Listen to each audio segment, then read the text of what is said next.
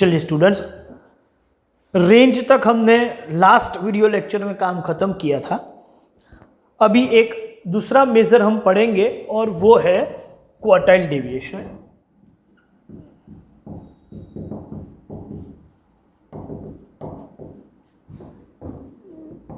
Quartile deviation देखो, quartile deviation क्या है, पहले उसका मैं फॉर्मूला दे दूं, वहां सीधा चीज आपको समझ में आ जाएगी कि क्वार्टाइल डेविएशन का मतलब है Q3 minus Q1 divide by 2 और कोएफिशिएंट ऑफ क्वार्टाइल डेविएशन जिसका रिलेटिव मेजर वो है Q3 minus Q1 upon Q3 plus Q1। कुछ नई चीज नहीं है। Q3 Q1 कैसे निकालते हैं, raw data, discrete data, group data आप सबको मालूम है।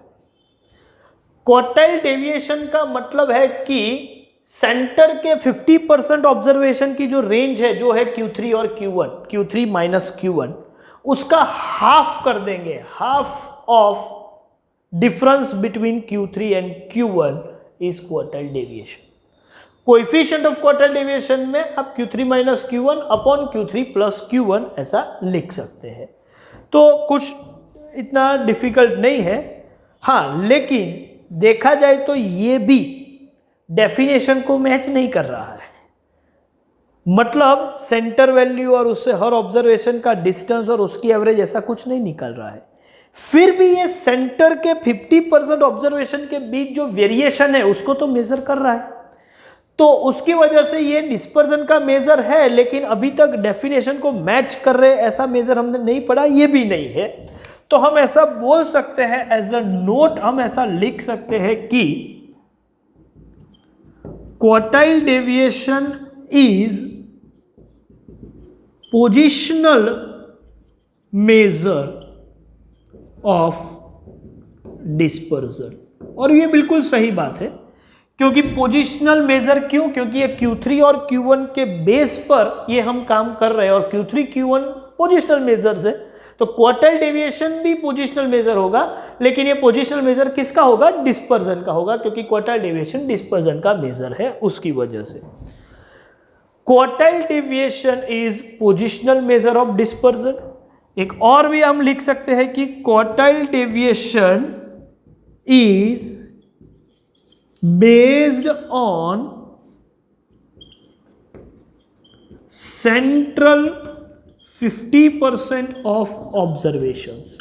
सभी ऑब्जर्वेशन को वो ध्यान में लेके काम नहीं करता, जो सेंटर के 50% ऑब्जर्वेशन है बस उसी को ध्यान में लेके ये काम करता है। और क्वार्टाइल डेविएशन हम डिजाइन करते हैं तो हम लिख सकते हैं कि quartile deviation is yes not based on all observation but just based on central 50% of observations. और ये सेंटर के ही 50% ऑब्जर्वेशन से काम कर रहा है, तो हम ऐसा बोल सकते हैं कि quartile deviation is not affected by extreme values, क्योंकि एक्सट्रीम वैल्यूज पर तो ये बेस्ड है ही नहीं, ये तो सेंटर के 50% ऑब्जर्वेशन के बेस है। तो एक्सट्रीम वैल्यू का कोई भी इफेक्ट इस पर नहीं होता है। तो ये बिल्कुल वैलिड पॉइंट है। और इसके साथ साथ हम ये भी बोल सकते हैं कि quartile deviation can be determined, और you can say it's the most appropriate, determine तो है ही लेकिन मोस्ट एप्रोप्रिएट भी यही है।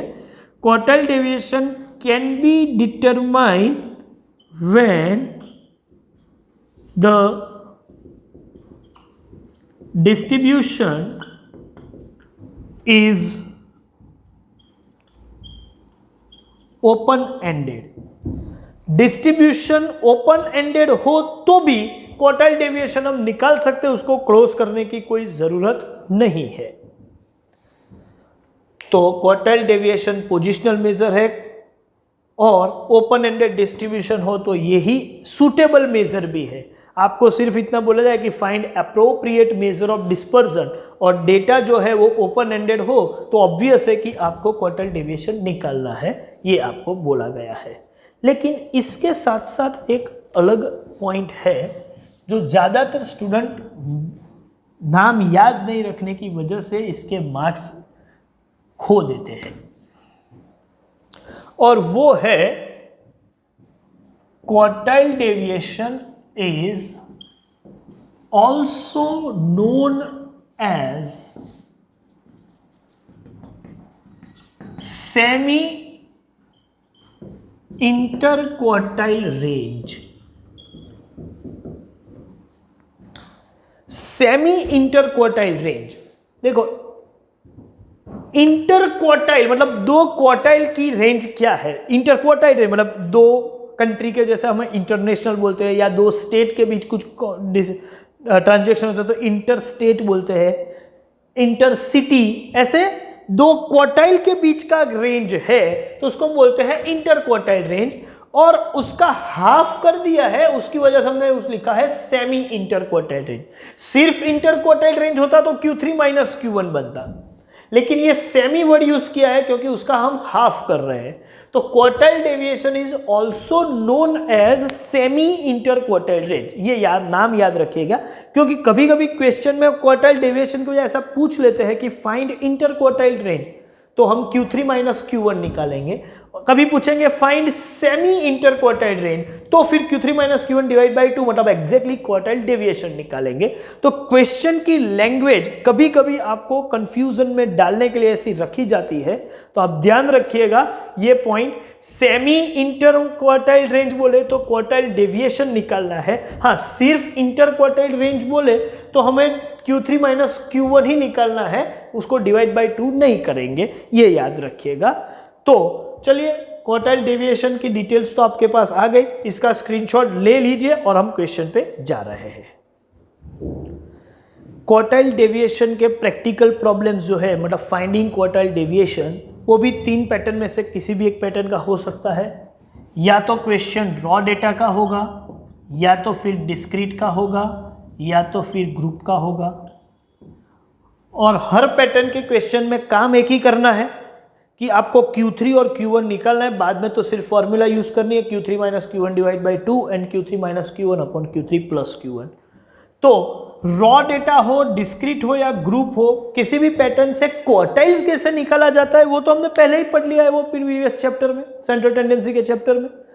अब नया क्या है, तो उसके बाद Q3 Q1 निकालने के बाद हमको सिर्फ एक फॉर्मूला अप्लाई करनी है, या कोएफिशिएंट हो तो 2 फॉर्मूला अप्लाई करनी है, और कुछ नया काम नहीं करना है। फिर भी हम ये तीनों पैटर्न के क्वेश्चन देख लेते हैं। जैसे कि क्वेश्चन है कि find out quartile deviation and it's coefficient from following data and marks of the students दिया हुआ है 25, 20, 26, 28, 35 एंड 32। कितने स्टूडेंट का डेटा है, आप ध्यान से देखो तो 7 स्टूडेंट का डेटा है। और रूल आपको पता है कि जब भी क्वार्टाइल्स या कोई भी पोजिशनल मेजर्स हम निकालते हैं तो ऑब्जर्वेशंस को इंक्रीजिंग ऑर्डर ऑफ मैग्नीट्यूड में अरेंज करते हैं। तो पहला काम तो यही होगा स्टेप 1 में कि ऑब्जर्वेशन को अरेंज करेंगे। मैं लिख रहा हूं अरेंजिंग ऑब्जर्वेशंस इन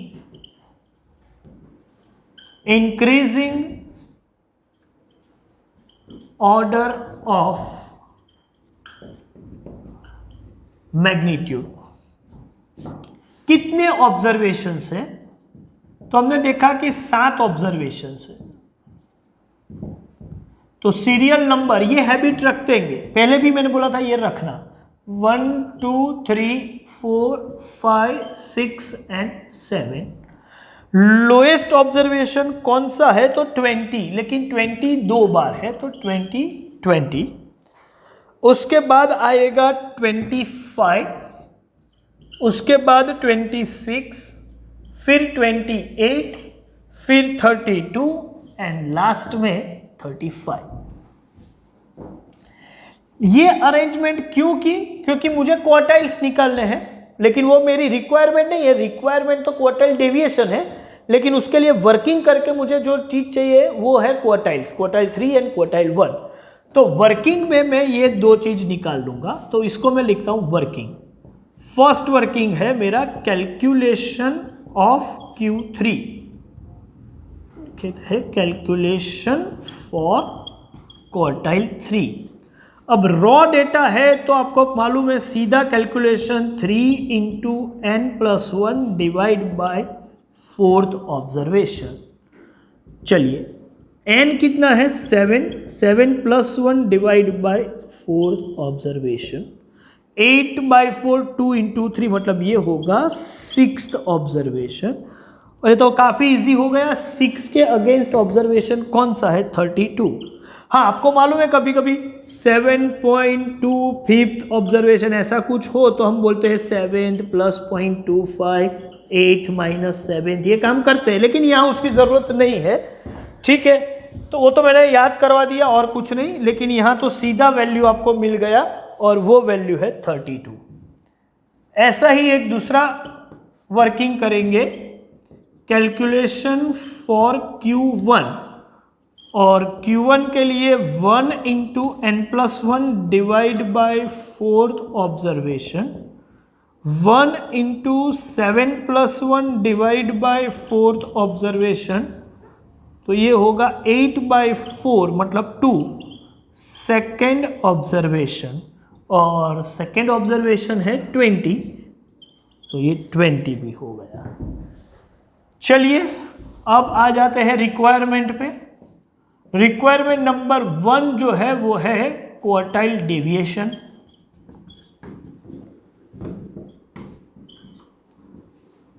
जिसको आप बोलते हो QD। अच्छा, आप QD ऐसा भी लिख सकते हो, मतलब नोटेशन इस तरीके के भी यूज होते हैं, और वो है Q3 - Q1/2। Q3 कितना है, ये रहा 32, Q1 कितना है 20 डिवाइड बाई 2, 32 - 20 मतलब ये होगा 12, 12/2 मतलब ये आंसर होगा 6।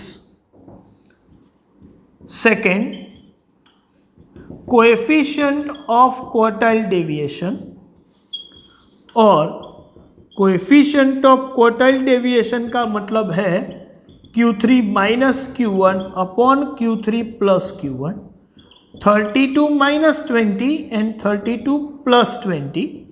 हाँ, एक स्टेप लिख के आप कर सकते हो, डायरेक्टली भी कर सकते हो, कैलकुलेटर का प्रॉपर यूज करो तो, लेकिन मैं एक स्टेप लिख रहा हूं 12 डिवाइड बाय 52, और 12 डिवाइड बाय 52 आप करोगे तो वो कुछ फिगर हो रहा है 0.23। तो रॉ डेटा का जो क्वेश्चन है उसका पैटर्न मैंने डिस्कस कर लिया। एक काम कर सकते हैं, आप इसका स्क्रीनशॉट ले लो, ठीक है,